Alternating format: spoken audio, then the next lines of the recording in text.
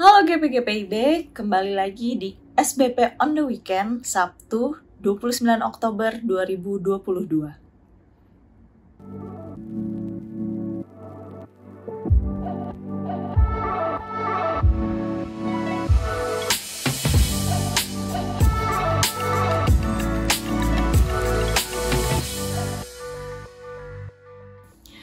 Rekan-rekan pemuda, sebelum kita membaca firman Tuhan dan renungan kita pada saat ini, mari kita bersatu dalam doa untuk memohon bimbingan Roh Kudus. Kita berdoa. Tuhan Yesus Allah Bapa kami yang bertahta dalam kerajaan surga, kami ucap syukur ya Bapa atas penyertaan-Mu dan berkat-Mu kepada kami hingga saat ini ya Bapa. Saat ini kami akan membaca firman-Mu, kiranya Kau curahkan Roh Kudus-Mu ke atas kami ya Bapa, sehingga kami dapat mengerti apa yang dimaksudkan di dalam firman-Mu. Kiranya Kau juga mau arahkan hati dan pikiran kami saat ini hanya kepadamu saja ya Bapa. Kami mohon ampun ya Bapa atas segala dosa dan kesalahan yang telah kami perbuat. Kami serahkan pembacaan saat ini ke dalam tangan-Mu, kiranya berkenan di hadapan-Mu saja ya Bapa. Di dalam nama Tuhan Yesus kami berdoa. Amin. Pembacaan kita pada hari ini terambil dari Yeremia 17 ayat 1 sampai 18. Rekan-rekan pemuda dapat membacanya melalui Alkitab masing-masing ataupun handphone masing-masing, atau dapat membaca bersama saya. Yeremia 17 ayat 1 sampai 18. Pergumulan Nabi oleh karena bangsa yang berdosa. Dosa Yehuda telah tertulis dengan pena besi yang matanya dari intan, terukir pada loh hati mereka dan pada tanduk-tanduk mesbah mereka sebagai peringatan terhadap mereka.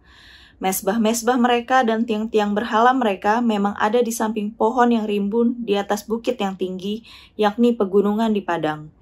Harta kekayaanmu dan segala barang perbendaharaanmu akan kuberikan dirampas sebagai ganjaran atas dosamu di segenap daerahmu. Engkau terpaksa lepas tangan dari milik pusakamu yang telah kuberikan kepadamu, dan aku akan membuat engkau menjadi budak musuhmu di negeri yang tidak kau kenal. Sebab dalam murkaku, api telah mencetus yang akan menyala untuk selama-lamanya. Beginilah firman Tuhan, terkutuklah orang yang mengandalkan manusia, yang mengandalkan kekuatannya sendiri, dan yang hatinya menjauh daripada Tuhan. Ia akan seperti semak bulus di padang belantara. Ia tidak akan mengalami datangnya keadaan baik. Ia akan tinggal di tanah angus di padang gurun, di negeri padang asin yang tidak berpenduduk. Diberkatilah orang yang mengandalkan Tuhan, yang menaruh harapannya pada Tuhan. Ia akan seperti pohon yang ditanam di tepi air, yang merambatkan akar-akarnya ke tepi batang air, dan yang tidak mengalami datangnya panas terik, yang daunnya tetap hijau, yang tidak khawatir dalam tahun kering, dan yang tidak berhenti menghasilkan buah. Betapa liciknya hati, lebih licik daripada segala sesuatu. Hatinya sudah membatu, siapakah yang dapat mengetahuinya?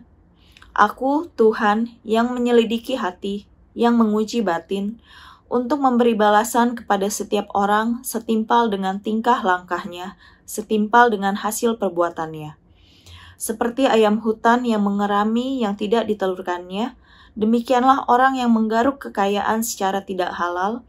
Pada pertengahan usianya, ia akan kehilangan semuanya, dan pada kesudahan usianya, ia terkenal sebagai seorang bebal. Tahta kemuliaan luhur dari sejak semula tempat bait kudus kita.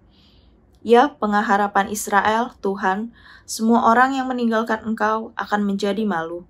Orang-orang yang menyimpang daripadamu akan dilenyapkan di negeri, sebab mereka telah meninggalkan sumber air yang hidup, yakni Tuhan.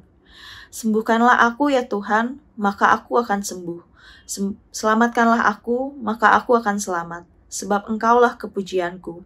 Sesungguhnya mereka berkata kepadaku, di manakah firman Tuhan itu? Biarlah ia sampai. Namun tidak pernah aku mendesak kepadamu untuk mendatangkan malapetaka. Aku tidak mengingini hari bencana. Engkaulah yang mengetahui apa yang keluar dari bibirku, semuanya terpampang di hadapan matamu.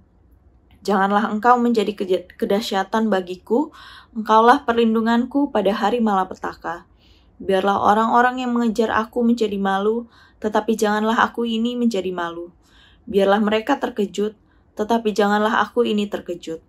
Buatlah hari malapetaka menimpa mereka, dan hancurkanlah mereka dengan kehancuran berganda. Demikianlah firman Tuhan, terpujilah Tuhan Yesus Kristus. Renungan kita pada hari ini terambil dari Sabda Bina Pemuda dengan judul Andalkanlah Tuhan. Sobat pemuda, pembacaan kita hari ini adalah luapan pergumulan Nabi karena dosa umat Israel. Hati mereka membatu, mereka keras kepala, tidak taat, tidak percaya, sombong, dan tidak mau meninggalkan penyembahan berhala. Yeremia bersedih karena dosa Israel membuat Allah malu, kehilangan kesabaran, dan menjadi murka. Allah akan segera menghukum Israel. Mereka akan kehilangan segala-galanya, termasuk identitas sebagai bangsa merdeka. Hukuman Allah akan membuat Israel malu. Yeremia bersedih karena hal itu. Seruan Yeremia ini mengingatkan Israel dan kita untuk memiliki gaya hidup yang mengandalkan Tuhan. Di tengah kecenderungan kita yang sering lupa bahwa kita lemah dan suka melupakan Tuhan, seruan Yeremia ini mengingatkan kita untuk selama waktu mengandalkan Tuhan, Sang Pengharapan sejati, sumber keselamatan dan kesembuhan bagi jiwa. Tuhan itu pengasih dan penyayang apapun keadaan kita. Dia pasti mengampuni segala dosa kita dan bersedia menolong dan memberkati hidup kita, asalkan kita mau memperbaharui hidup dan bertobat. Sungguh-sungguh menyerahkan kehidupan ini kepada Tuhan saja, karena hidup kita bersumber dari kasih dan anugerah-Nya.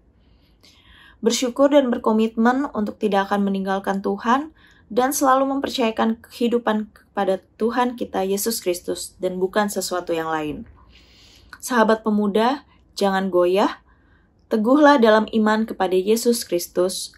Jangan disesatkan oleh godaan duniawi yang kadang terlihat begitu menawan dan menggoda, seperti pekerjaan, harta, atau kekasih yang dapat memisahkan kita dari kasih karunia Tuhan kita Yesus Kristus. Andalkanlah selalu Tuhan Allah kita. Dia tidak akan membiarkan kita dipermalukan, asalkan kita percaya dan berpegang teguh kepada Dia, one and the only, Yesus Kristus. Rekan-rekan pemuda, pembacaan kita pada hari ini mau mengingatkan kita akan dosa-dosa kita.